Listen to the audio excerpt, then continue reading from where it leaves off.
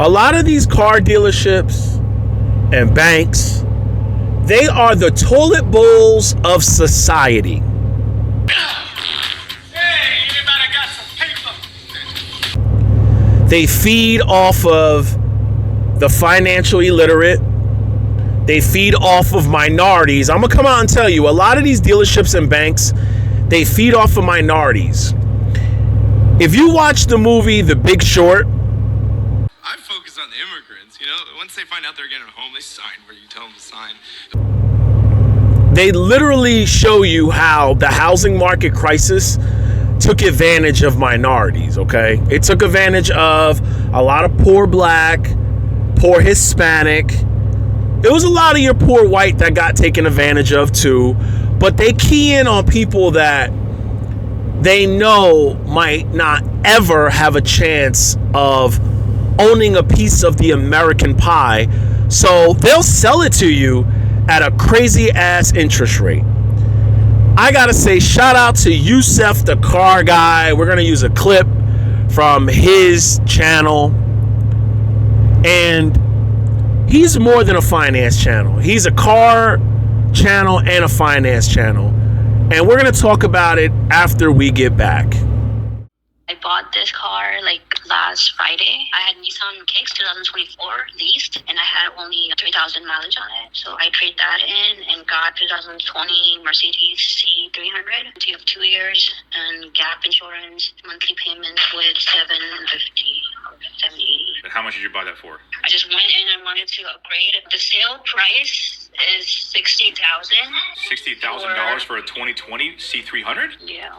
Retail, he said, was $39,000. How many miles were on it? 60,000 mileage on it. Nah, sister. Is that the price after the finance charge and everything? There's no way they charge you $60,000 for a 2020 C300. The sale price, total cost of your purchase credit, including your down. I didn't put anything down. 16,318, and the total of payment is 59. So you're looking at your finance contract, right? I saw that you have 11.6%. So that's not what you bought it for. That's the truth in lending form. What was the total price of the bill of sale? I don't know where to look for that. Can you resend it again so I can check it? Because I'm trying to find it. So you bought the car for $42,763, which honestly is outrageous for a 2020, because those go for $17,000 all the way up to $22,000. I don't know how they got you at $42,000. This is why it's important to make sure you know what you're getting yourself into, because if not, you'll get taken advantage of. So it's saying that the car was listed for $36,215. They gave you $20,400 for the vehicle, and then that left you an unpaid balance of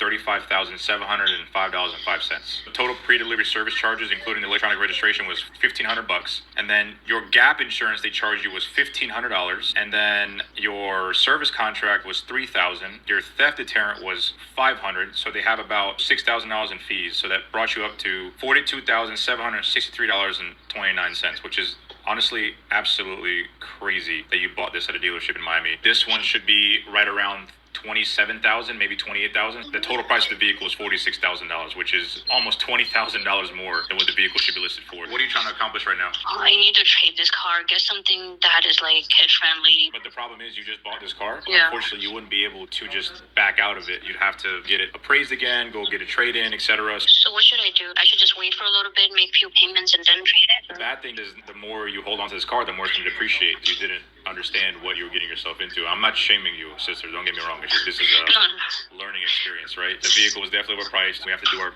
due diligence to make sure that we're buying something smart. That woman had a Nissan Kick, a 2024, and then got into a Benz. That Benz, that 2020, just like Yusef said, those drop like rocks in value, man. They drop like rocks. You put 20,000 miles on those cars. I think she said she had 60. You were better off with the Nissan Kick. That's a more kid-friendly car. You had a 2024, and then you went to a 2020 Benz. You see, social media is to blame for a lot of this. I'm going to come out and tell you. You got a lot of cornballs,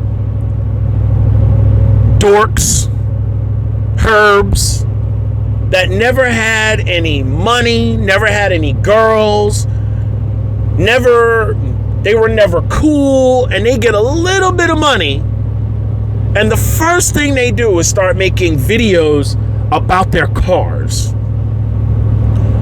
I've seen people say that they'll take equity out of their homes to go buy a car. The bank will give you whatever you want for a price. Oh, you want this car? Bring a cosigner. Give us your firstborn.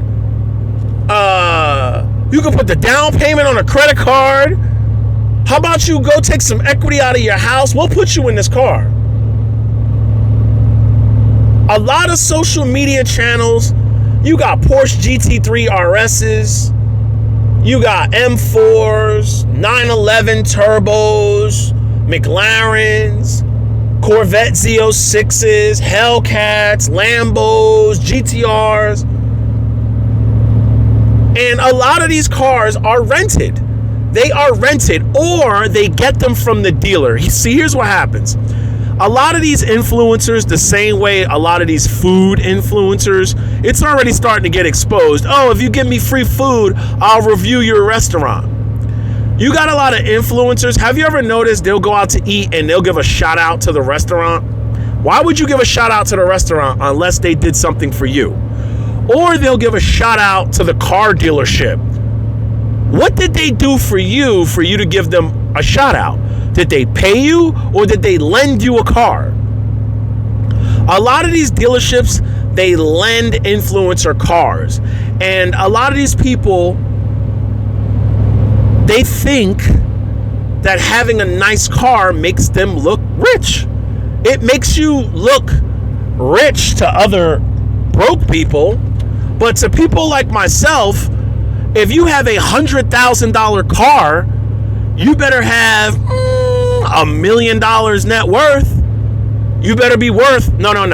I'm not talking about you own 10 pieces of real estate and you got loans out on all of them and you have rental income because all you need is a market downturn. I mean, I don't know what recession we're in. You're in a market downturn and people stop paying you rent. You still owe the money on them damn homes. Your homes will go into foreclosure, okay? So if you don't own all your homes, so that means you have home loan debt and car debt, and I'm sure credit card debt, buy now, pay later debt, and you got people going out buying cars because they say they have rental property. Unless you own your rental property and the rent you're pulling in covers your expenses and the car payment, it really makes no damn sense. And you still better have at least $1 million that you can get to. A lot of people will say, I can invest the money better than paying off the car in full. If you could, you would have enough money to pay the car off in full. You ever find the irony in that? People that say they can invest the money better and get a better return instead of paying cash for a car never have the amount of money to put down on the car. But the people who tell you to pay cash for a car, we have investments and we got the money to put down on a car. You ever notice that? Ladies and gentlemen, I've always said this. Social media is the biggest false flexing thing up here. All it did was drive a bunch of people into debt. We'll see. Time will always tell. We will see later on when we're in our 50s, late 50s and 60s and 65s and 70s. The only thing you better hope for is to die early so you don't have to worry about running out of money, or you could just work the rest of your life until you die. I don't plan on doing that, so no regrets. Get it.